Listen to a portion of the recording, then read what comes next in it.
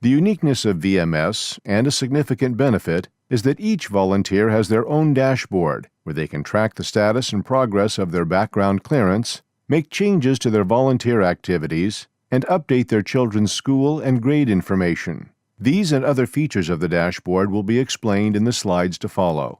However, it should be noted that this unique feature significantly reduces the time an admin person needs to spend maintaining volunteer profiles, and volunteers like being involved. If you recall from an earlier slide, individuals entered their email address at the initial portal page. If the address is not already in the system, the assumption is that this is a new applicant and he or she needs to be on a pathway for completing an online application. Also at this portal page, if the email address entered is already in the system, the volunteer is recognized as having a profile and is therefore prompted to enter their password, or click on Forgot Password to be emailed a password reset procedure. Once entering the password, the volunteers land on their personal dashboard. Here they receive notices, track their clearance progress, view most recent changes, and from the left navigation bar, they can update many pieces of information without having to contact support staff. This volunteer dashboard is a very important component of VMS. Without it, the admin personnel workload would be considerably greater. Besides carrying out various background clearance tasks, volunteers are allowed to add schools and school activities to their profiles and change their school volunteering from one school to another as their children change schools. And the volunteers like being engaged in the management of their school volunteerism. It should be noted, however, that any and all changes, additions, and deletions done by a volunteer creates a notification to the admin personnel so that verifications are done. For example, if a volunteer meets a health requirement by uploading a TB screening report, the admin personnel are notified so that the TB report is viewed, confirmed, and the volunteer's TB requirement is checked off and an expiration date established. At the dashboard, notice that there are two notices to the volunteer. Notifications are messages from the admin for a specific volunteer.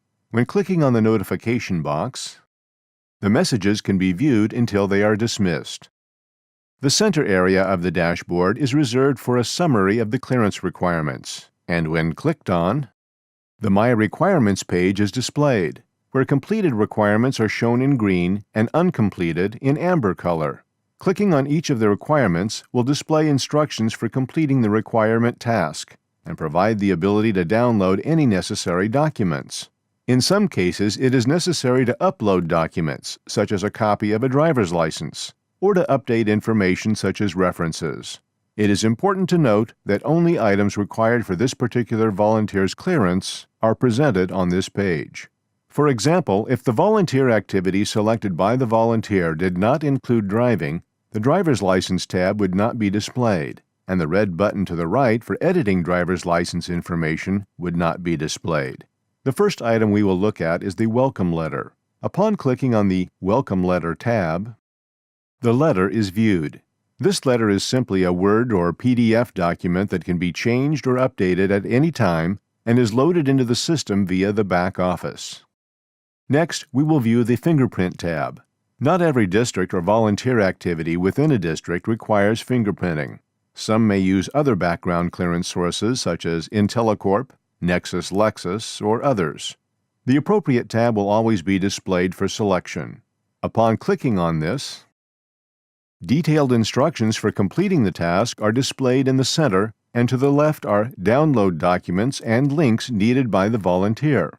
Both downloads and instructions can be changed at any time from the back office. The instructions tell the volunteer to download and print the fingerprinting form and to use the Schedule Fingerprint Appointment to make their appointment. When clicking on the Schedule Appointment link, the volunteer is presented with available times open for a particular week. In this case, only Tuesdays and Thursdays are available. To view and select open times for future weeks, the volunteer will use the right arrow at the top of the screen. When clicking on an open time, the volunteer is moved to a sign-up sheet. At the bottom, not shown, is a Submit button. When clicked on, the volunteer receives a confirming email and the appointment is placed on the Fingerprint Appointment calendar. In some cases, volunteer activities will require training. From the back office, training locations and schedules can be set up, and the volunteer can sign up for a training as part of the clearance requirements by using the red Register for Training button on the right. When clicking on it, the schedule of available trainings is displayed. The volunteers can select the day, time, and location that best suits their schedule. When clicking on the registration button at the bottom, the volunteer is registered and a confirming email is sent to the volunteer and a notification email to the program admin person. In addition to tracking and managing clearance requirements, volunteers can add new volunteer activities to their profiles and deactivate those for which they will no longer be volunteering by clicking on the My Activities link on the navigation bar at the left. Upon clicking on My Activities, green displays all activities for which the volunteer is currently volunteering. Please note that there is a button toward the top on the left to display inactive schools for this volunteer. If selected, the volunteer can choose to display and reactivate former schools and activities. Also in the upper right corner is a red Add button. By clicking on it, the volunteer can add any project to their profile. If the newly added activity requires additional background clearing, the volunteer will be required to complete those tasks prior to being able to begin the new volunteering assignment. At times, volunteers will need to transfer their activities from one school to another, usually because they have a child or children who are changing schools, but there could be other reasons. In the case shown, this volunteer no longer wants to volunteer at DeJean Middle School. By clicking on the Transfer button, the volunteer can select another school.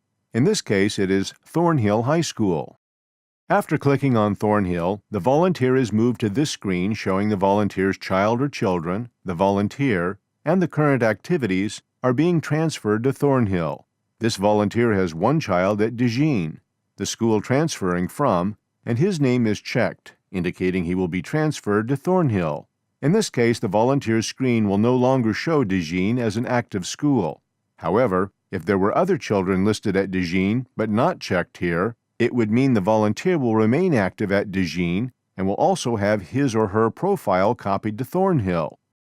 After clicking on the Transfer button, the screen shows Thornhill as an additional active school, and DeJean Middle has been removed because there are no other students remaining at DeJean related to this volunteer.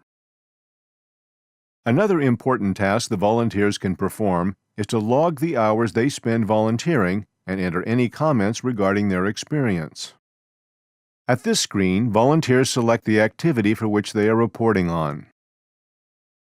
They then enter the date, the volunteer hours, and any comments they wish to make.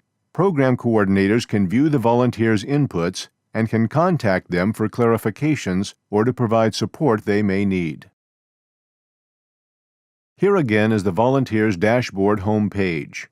From the navigation bar, they can engage in several other functions as shown. A couple of others that are significant are: 1. When clicking on My Children, volunteers who have children attending district schools can update the volunteer system that their child or children have changed schools and update the school grade if it is changed for any reason. And 2. The volunteers can view any documents that they have uploaded to the system. Volunteers, as a rule, enjoy that they can take an active role in managing their volunteering. School site coordinators can perform any of the functions that we just showed that volunteers can do.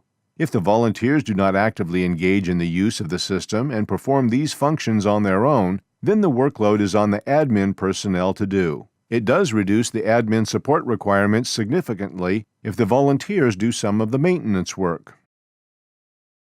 Thank you for taking the time to view this section of Be a Mentor's Volunteer Management System, or VMS. Be a Mentor, a nonprofit organization, is seeking partner relationships with school districts and other nonprofit organizations that are interested in increasing volunteerism with the highest degree of student safety and with great efficiency. School districts tend to increase volunteerism by fourfold with the implementation of VMS. One specific school district expected 2,000 volunteers over the first school year and had 20,000 volunteers register. To contact us or to request additional information, please click on the link provided on this page. It is our pleasure to serve you.